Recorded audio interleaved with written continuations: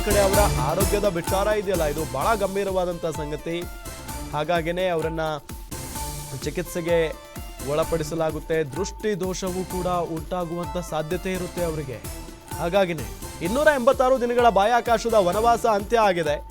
8 ದಿನಗಳಿಗೆ ಅಂತ ಹೋದವರು 9 ತಿಂಗಳು ಲಾಕ್ ಆಗ್ತಾರೆ. ಸೇಫ್ ಲ್ಯಾಂಡ್ ಆಗ್ತಾ ಇದ್ದಂತೆ ಮೆಡಿಕಲ್ ಸೆಂಟರ್ಗೆ ಶಿಫ್ಟ್ ಮಾಡಲಾಗುತ್ತೆ. ಅವರನ್ನ ಸುನಿತಾ ವಿಲಿಯಮ್ಸ್ ವಿಲ್ಮೋರ್ಗೆ ಆರೋಗ್ಯ ತಪಾಸಣೆಗೆ ಒಳಪಡಿಸಲಾಗುತ್ತೆ. ಗಗನಯಾತ್ರಿಗಳಿಗೆ ನಡೀತಾ ಇದೆ ಈಗ ಮೆಡಿಕಲ್ ಟೆಸ್ಟ್. ಮುಂದಿನ 45 ದಿನಗಳ ಕಾಲ ಆರೋಗ್ಯದ ಮೇಲೆ ನಿಗಾ ವಹಿಸಲಾಗುತ್ತೆ. 286 ದಿನಗಳ ಬಾಹ್ಯಾಕಾಶದ ವನವಾಸ ಇವತ್ತಿಗೆ ಅಂತ್ಯ ಆಗಿದೆ. 8 ದಿನಗಳಿಗೆ ಅಂತ ಹೋದವರು 9 ತಿಂಗಳ ಲಾಕ್ ಆಗಿರ್ತಾರೆ. ಸೇಫ್ ಲ್ಯಾಂಡ್ ಆಗ್ತಾ ಇದ್ದಂತೆ ಮೆಡಿಕಲ್ ಸೆಂಟರ್ಗೆ ಅವರನ್ನ ಶಿಫ್ಟ್ ಮಾಡಲಾಗುತ್ತೆ. ಸುನಿತಾ ವಿಲಿಯಮ್ಸ್ ವಿಲ್ಮೋರ್ಗೆ ಆರೋಗ್ಯ ತಪಾಸಣೆ ಮಾಡಲಾಗ್ತಾ ಇದೆ. ಗಗನಯಾತ್ರಿಗಳಿಗೆ ಮೆಡಿಕಲ್ ಟೆಸ್ಟ್ ನಡೀತಾ ಇದೆ. ಮುಂದಿನ 45 ದಿನಗಳ ಕಾಲ ಆರೋಗ್ಯದ ಮೇಲೆ ನಿಗಾ ಇಡಲಾಗುತ್ತೆ. ಇನ್ನು ಮುಂದೆ ಅವರಿಗೆ ಒಂದಿಷ್ಟು ಟೆಸ್ಟ್ಗೆ ಒಳಪಡಿಸಲೇಬೇಕಾಗುತ್ತೆ. 45 ದಿನಗಳ ಕಾಲ ಅವರು ಇಲ್ಲಿ ಟೆಸ್ಟ್ಗೆ ಒಳಪಡಬೇಕಾಗುತ್ತೆ. ಈಗಾಗಲೇ ಒಂದಿಷ್ಟು ಸಮಸ್ಯೆಗಳು ಕಾಡ್ತವೆ. ಸುನಿತಾ ವಿಲಿಯಮ್ಸ್ ದೇಹದಲ್ಲಿ ದೊಡ್ಡ ಪ್ರಮಾಣದ ತೂಕ ಇಳಿಕೆಯಾಗಿದೆ. ಸುನಿತಾಗೆ ಆರೋಗ್ಯವೇ ದೊಡ್ಡ ಸವಾಲೀಗ. ಮೂಳೆಯಲ್ಲಿ ಕ್ಯಾಲ್ಸಿಯಂ ಕಡಿಮೆ ಆಗಿದೆ. ರಕ್ತದೊತ್ತಡದಲ್ಲಿ ಏರುಪೇರಾಗಿದೆ. ಬೆನ್ನು ಮೂಳೆ ಸೇರಿ ಹಲವು ಮೂಳೆಗಳಲ್ಲಿ ಮಿನರಲ್ ಲಾಸ್ ಆಗಿದೆ. ಮಿನರಲ್ ಲಾಸ್ ಕಾರಣ ಫ್ರಾಕ್ಚರ್ಗಳ ಸಮಸ್ಯೆಯೂ ಕೂಡ ಉದ್ಭವ ಆಗುತ್ತೆ. ತಲೆ ಸುತ್ತೋದು, ದೃಷ್ಟಿ ಮಂಜಾಗುವುದು ಸೇರಿ ಹಲವು ಸಮಸ್ಯೆಗಳಾಗ್ತವೆ. ಹೆಚ್ಚು ಬ್ಲಡ್ ಬ್ರೈನ್ಗೆ ಹೋಗೋ ಚಾನ್ಸ್ ಇರುತ್ತೆ. ಕಣ್ಣುಗಳ ರೆಟಿನಾಗೆ ಎಫೆಕ್ಟ್ ಆಗುವಂತ ಸಾಧ್ಯತೆ ಇದೆ. ಕಿಡ್ನಿ, ಲಂಗ್ಸ್, ಹಾರ್ಟ್ ಎಲ್ಲ ಬೇರೆ ರೀತಿ ಕೆಲಸ ಮಾಡೋದ್ರಿಂದ ಅವುಗಳಿಗೆ ಎಫೆಕ್ಟ್ ಆಗುತ್ತೆ. ಭೂಮಿಗೆ ಬಂದಾಗ ಗಗನಯಾತ್ರಿಗಳು ಅಂಬೆಗಾಲಿಡೋ ಪರಿಸ್ಥಿತಿಯಲ್ಲಿರ್ತಾರೆ. ಅಂದರೆ ಅವರು ನಡೆದೇ ಇರಲ್ಲ, ವಾಕ್ ಕೂಡ ಮಾಡಿರಲ್ಲ. ಅವರು 9 ತಿಂಗಳುಗಳ ಕಾಲ ವಾಕ್ ಕೂಡ ಮಾಡಿರಲ್ಲ.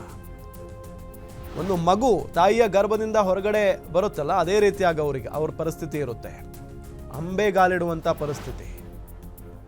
ಮೆಂಟಲಿ, ಫಿಸಿಕಲಿ, ಸೈಕಾಲಜಿಕಲಿ ಈ ಸ್ಪೇಸ್ ಪ್ರಯಾಣದಿಂದ ಎಫೆಕ್ಟ್ ಆಗುತ್ತೆ. ಸುನಿತಾ ವಿಲಿಯಮ್ಸ್ ದೇಹದಲ್ಲಿ ದೊಡ್ಡ ಪ್ರಮಾಣದ ತೂಕ ಇಳಿಕೆಯಾಗಿದೆ. ಒಬ್ಬ ಹೆಣ್ಣು ಮಗಳು, ಅವರ ಮೂಳೆಯಲ್ಲಿ ಕ್ಯಾಲ್ಸಿಯಂ ಕಡಿಮೆ ಆಗಿದೆ. ರಕ್ತದೊತ್ತಡದಲ್ಲಿ ಏರುಪೇರಾಗಿದೆ ಅನ್ನೋದು ಗೊತ್ತಾಗ್ತಾ ಇರುವಂಥ ವಿಚಾರ. ಬೆನ್ನು ಮೂಳೆ ಸೇರಿದಂತೆ ಹಲವು ಮೂಳೆಗಳಲ್ಲಿ ಮಿನರಲ್ ಲಾಸ್ ಕೂಡ ಆಗಿದೆ.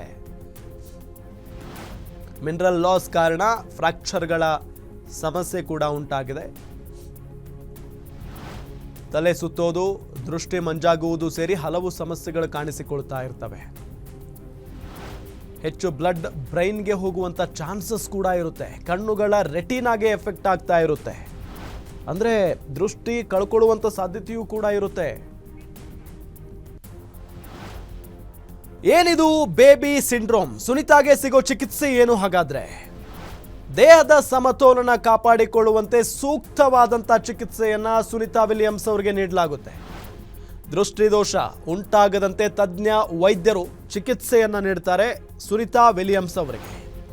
ನೆಲದ ಮೇಲೆ ನಿಧಾನವಾಗಿ ನಡೆಯೋದಕ್ಕೆ ಸಹಾಯ ಆಗುತ್ತೆ. ಈಗಾಗಲೇ ಹೇಳಿದಾಗೆ 9 ತಿಂಗಳಾಯಿತು ಅವರು ನಡೆದು ವಾಕ್ ಮಾಡಿ.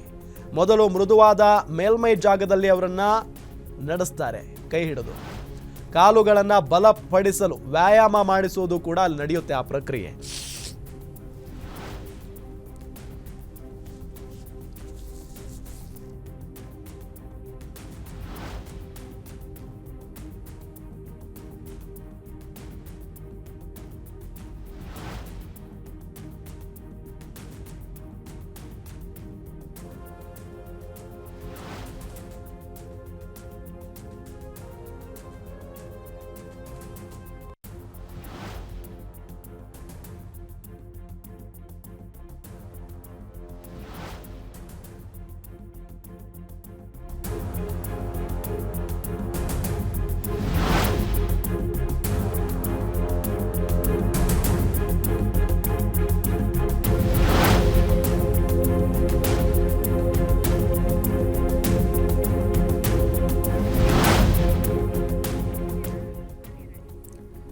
ನೋಡಿ, ಮೊದಲು ಮೃದುವಾದ ಮೇಲ್ಮೈ ಜಾಗದಲ್ಲಿ ಅವರನ್ನ ವಾಕ್ ಮಾಡಿಸಲಾಗುತ್ತೆ. ಕಾಲುಗಳನ್ನು ಬಲಪಡಿಸಲು, ಅಂದರೆ ಕಾಲಲ್ಲಿ ಆಲ್ಮೋಸ್ಟ್ ಶಕ್ತಿನೇ ಕಳ್ಕೊಂಡ್ಬಿಟ್ಟಿರ್ತಾರೆ ಈಗ ಅವರು.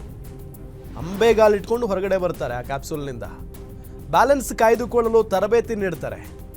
ಮೊದಲು ಅವರನ್ನು ಈ ಮಕ್ಕಳನ್ನು ನಾವು ಕೈ ಹಿಡಿದು ನಡೆಸ್ತೀವಲ್ಲ, ಅದೇ ರೀತಿಯಾಗಿ ನಡೆಸ್ತಾರೆ. ಈಗ ಆಹಾರ, ಅಗತ್ಯ ಔಷಧಿಗಳನ್ನು ದೇಹದ ಪರಿಸ್ಥಿತಿಗೆ ಅನುಗುಣವಾಗಿ ನೀಡ್ತಾರೆ.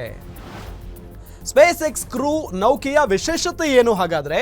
ಜೂನ್ 5ರಂದು ಸುನೀತಾ ಹಾಗೂ ಮತ್ತೊಬ್ಬರು ಏನಿದಾರಲ್ಲ ಗಗನಯಾನಿಗಳು ಅವರು ಹೋಗ್ತಾರೆ. 8 ದಿನಗಳ ನಂತರ ವಾಪಸ್ ಬರಬೇಕಾಗಿತ್ತು. ಅವರು ಗಗನಯಾನಿಗಳನ್ನು ಬೋಯಿಂಗ್ ಸ್ಟಾರ್ಲೈನರ್ ಹೊತ್ತೊಯ್ದು ಕರ್ಕೊಂಡು ಹೋಗಿತ್ತು. ಬೋಯಿಂಗ್ ಸ್ಟಾರ್ಲೈನರ್ ನೌಕೆಯಲ್ಲಿ ತಾಂತ್ರಿಕ ದೋಷ ಉಂಟಾಗ್ಬಿಡುತ್ತೆ. 9 ತಿಂಗಳ ಕಾಲ ಬಾಹ್ಯಾಕಾಶದಲ್ಲಿ ಇರಬೇಕಾದಂಥ ಪರಿಸ್ಥಿತಿ ನಿರ್ಮಾಣ ಆಗ್ಬಿಡುತ್ತೆ. ಜಸ್ಟ್ ಇಮ್ಯಾಜಿನ್, ಈ ವಿಚಾರ ಅವ್ರಿಗೆ ಗೊತ್ತಾದಾಗ ಅವ್ರ ಪರಿಸ್ಥಿತಿ ಹೇಗಿರಬೇಡ ಅಂತ. ನಾಸಾ ಮಾಡಿದ ಸಾಹಸಕ್ಕೆ ಎಲಾನ್ ಮಸ್ಕ್ ಕೂಡ ಸಾಥ್ ಕೊಡ್ತಾರೆ. ಎಲಾನ್ ಮಸ್ಕ್ ಅವರ ಸ್ಪೇಸ್ ಎಕ್ಸ್ ಕ್ರೂ ಪಾತ್ರ ಬಹಳ ಪ್ರಮುಖವಾಗುತ್ತೆ ಅವರನ್ನ ವಾಪಸ್ ಭೂಮಿಗೆ ಕರ್ಕೊಂಡು ಬರುವಲ್ಲಿ. ಸ್ಪೇಸ್ ಎಕ್ಸ್ ಕ್ರೂ ಅಭಿವೃದ್ಧಿಪಡಿಸಿದ ಡ್ರ್ಯಾಗನ್ ಕ್ರೂ ಕ್ಯಾಪ್ಸೂಲ್ ನಿರ್ಮಾಣ ಆದಾಗಿನಿಂದ 49 ಬಾರಿ ಉಡಾವಣೆ ಮಾಡಲಾಗಿದೆ. 44 ಬಾರಿ ಅಂತಾರಾಷ್ಟ್ರೀಯ ಬಾಹ್ಯಾಕಾಶಕ್ಕೆ ಪ್ರಯಾಣ ಕೂಡ ಬೆಳೆಸಿದೆ. ಏಕಕಾಲದಲ್ಲೇ 7 ಗಗನಯಾತ್ರಿಗಳಿಗೆ ಆಸನ ವ್ಯವಸ್ಥೆ ಅದರಲ್ಲಿದೆ. ವಿಶ್ವದ ಮೊದಲ ಖಾಸಗಿ ಬಾಹ್ಯಾಕಾಶ ನೌಕೆ ಡ್ರ್ಯಾಗನ್ ಕ್ರೂ ಕ್ಯಾಪ್ಸೂಲ್. 7 ಜನ ಅಲ್ಲಿ ಕೂರಬಹುದು ಒಳಗಡೆ. ಗಗನಯಾತ್ರಿಗಳು ಸರಕುಗಳನ್ನು ಬಾಹ್ಯಾಕಾಶ ನಿಲ್ದಾಣಕ್ಕೆ ಸಾಗಿಸುತ್ತಿದೆ. ಸರಕು ಗಗನಯಾತ್ರಿಗಳೊಂದಿಗೆ ಉಡಾವಣೆ ಮಾಡಬಹುದು. ಗರಿಷ್ಠ ತೂಕದ ಸಾಮರ್ಥ್ಯ 12,500 ಕೆಜಿ. 12,500 ಕೆಜಿ. 6,000 ಕೆಜಿ ತೂಕದ ವಸ್ತುಗಳನ್ನು ಕಕ್ಷೆಗೆ ಸುಲಭವಾಗಿ ತಲುಪಿಸಬಹುದು. 3,307 ಕೆಜಿ ತೂಕವನ್ನು ಬಾಹ್ಯಾಕಾಶ ನಿಲ್ದಾಣಕ್ಕೆ ತಲುಪಿಸಬಹುದು. ಸಾಮಾನ್ಯವಾಗಿ 2 ರಿಂದ 4 ಗಗನಯಾತ್ರಿಗಳು ಕುಳಿತುಕೊಳ್ತಾರೆ. ತುರ್ತು ಪರಿಸ್ಥಿತಿಯಲ್ಲಿ ಮಾತ್ರ 7 ಗಗನಯಾತ್ರಿಗಳಿಗೆ ಆಸನ ವ್ಯವಸ್ಥೆಯನ್ನ ಮಾಡಲಾಗುತ್ತೆ. ಸಾಮಾನ್ಯವಾಗಿ 4, ತುರ್ತು ಪರಿಸ್ಥಿತಿ ಇದ್ರೆ 7. ಭೂಮಿಯ ಕೆಳಗಿನ ಕಕ್ಷೆಯಲ್ಲಿರುವ ಬಾಹ್ಯಾಕಾಶದಲ್ಲಿ 10 ದಿನ ಇರಬಹುದು. ಬಾಹ್ಯಾಕಾಶ ಕೇಂದ್ರಕ್ಕೆ ಸಂಪರ್ಕಗೊಂಡ್ರೆ 210 ದಿನಗಳವರೆಗೆ ಇರಬಹುದು. ಡ್ರ್ಯಾಗನ್ ಕ್ರೂ ಕ್ಯಾಪ್ಸೂಲ್ನ ಎತ್ತರ 15 ಅಡಿ. ಆ ಕ್ಯಾಪ್ಸೂಲ್ ಏನು ನೋಡ್ತಾ ಇದೀವಲ್ಲ ಅದರ ಎತ್ತರ 15 ಅಡಿ ಇರುತ್ತೆ. ಪ್ರೊಪಲ್ಸ್ನ ಸಿಸ್ಟಮ್ ಸೇರಿಸಿ ಅದರ ಎತ್ತರ 26.7 ಅಡಿ ಇರುತ್ತೆ. ಡ್ರ್ಯಾಗನ್ ಕ್ರೂ ಕ್ಯಾಪ್ಸೂಲ್ನ ಒಳಭಾಗ 13 ಅಡಿ ಆಳ ಮತ್ತು 12 ಅಡಿ ಅಗಲ ಇರುತ್ತೆ. ಸ್ಪೇಸ್ ಎಕ್ಸ್ ಇದರ ಹಲವಾರು ರೂಪಾಂತರಗಳನ್ನು ನಿರ್ಮಿಸಿದೆ ಅನ್ನೋದು ಗೊತ್ತಾಗ್ತಾ ಇರುವಂತಹ ವಿಚಾರ. ಇಲ್ಲಿಯವರೆಗೆ ಒಟ್ಟು 12 ಡ್ರ್ಯಾಗನ್ ಕ್ರೂ ಕ್ಯಾಪ್ಸೂಲ್ ನಿರ್ಮಾಣ ಮಾಡಲಾಗಿದೆ. ಅವುಗಳಲ್ಲಿ 6 ಸಿಬ್ಬಂದಿ, 3 ಸರಕು ಮತ್ತು 3 ಮೂಲ ಮಾದರಿಗಳಾಗಿವೆ. ಪ್ರಸ್ತುತ 8 ಡ್ರ್ಯಾಗನ್ ಕ್ರೂ ಕ್ಯಾಪ್ಸೂಲ್ ಕಾರ್ಯನಿರ್ವಹಿಸುತ್ತಿವೆ. ಎಸ್, ಗಮನಿಸ್ತಾ ಇದ್ದೀವಿ ಆ ಒಂದು ಕ್ಯಾಪ್ಸೂಲ್ನ ವಿಶೇಷತೆ ಹೆಂಗಿದೆ ಅಂತ ಹೇಳಿ. ಒಂದೊಂದೇ ಅಂದರೆ ಅಲ್ಲಿಂದ ಕರ್ಕೊಂಡು ಬರ್ತಾ ಇರುವಂಥ ದೃಶ್ಯವನ್ನು ನಾವು ನೋಡ್ತಾ ಇದ್ದರೆ ಅವರ ಮುಖದಲ್ಲಿ ಎಷ್ಟು ಹೆಮ್ಮೆಯ ಕ್ಷಣ ಅಥವಾ ಒಂದು ನೆಮ್ಮದಿಯ ನಿಟ್ಟುಸಿರು ಬಿಟ್ಟಿದ್ದಾರೆ, ಜೊತೆಗೆ ಸಂತಸ ಇದೆ. ಮತ್ತು ಅವರು ಅಂಬೆಗಾಲಿಡುವಂಥ ಒಂದು ಸಂದರ್ಭ ಅದು. ಅವರು 9 ತಿಂಗಳಿಂದಲೂ ಕೂಡ ವಾಕ್ ಮಾಡಿರಲ್ಲ. ಭೂಮಿಯಲ್ಲಿ ಏನೆಲ್ಲ ಮಾಡ್ತಾರಲ್ಲ ಅದೆಲ್ಲ ಏನೂ ಮಾಡೋಕ್ಕಾಗಲ್ಲ. ಅಲ್ಲಿ ಒಂದು ವಾಕ್ ಇಲ್ಲ, ಒಂದು ಎಕ್ಸಸೈಸ್ ಇಲ್ಲ, ಗಾಳಿಲೇ ತೇಲಾಡ್ತಾ ಇರ್ತಾರೆ. ಹಾಗಾಗಿ ನಡೆಯೋದು ಕೂಡ ಅಂದರೆ ಕಾಲಲ್ಲಿ ಶಕ್ತಿ ಕೂಡ ಇರಲ್ಲ. ಅವರನ್ನು ಸ್ಟ್ರೆಚರ್ ಮೇಲೆ ಕರ್ಕೊಂಡು ಹೋಗಲಾಯಿತು, ಕರ್ಕೊಂಡು ಹೋಗಿದ್ದಾರೆ.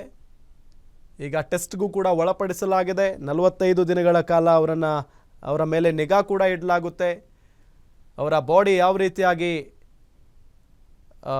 ಅಂದರೆ ವೈದ್ಯರು ಎಲ್ಲವನ್ನೂ ಕೂಡ ಟೆಸ್ಟ್ ಮಾಡ್ತಾರೆ. ಅವರ ದೇಹದಲ್ಲಿ ಏನೆಲ್ಲ ಕೊರತೆ ಇದೆ ಅನ್ನೋದರ ಬಗ್ಗೆಯೂ ಕೂಡ ಈಗ ಟೆಸ್ಟ್ಗೆ ಒಳಪಡಿಸಲಾಗುತ್ತೆ. ಸಂಪೂರ್ಣವಾಗಿ 45 ದಿನಗಳಾದ ನಂತರವೇ ಅವರು ಹೊರಗಡೆ ಬರೋದು. ಜೊತೆಗೆ ಅದೆಲ್ಲದರ ನಡುವೆ ಅವರನ್ನು ವಾಕ್ ಕೂಡ ಮಾಡಿಸಲಾಗುತ್ತೆ.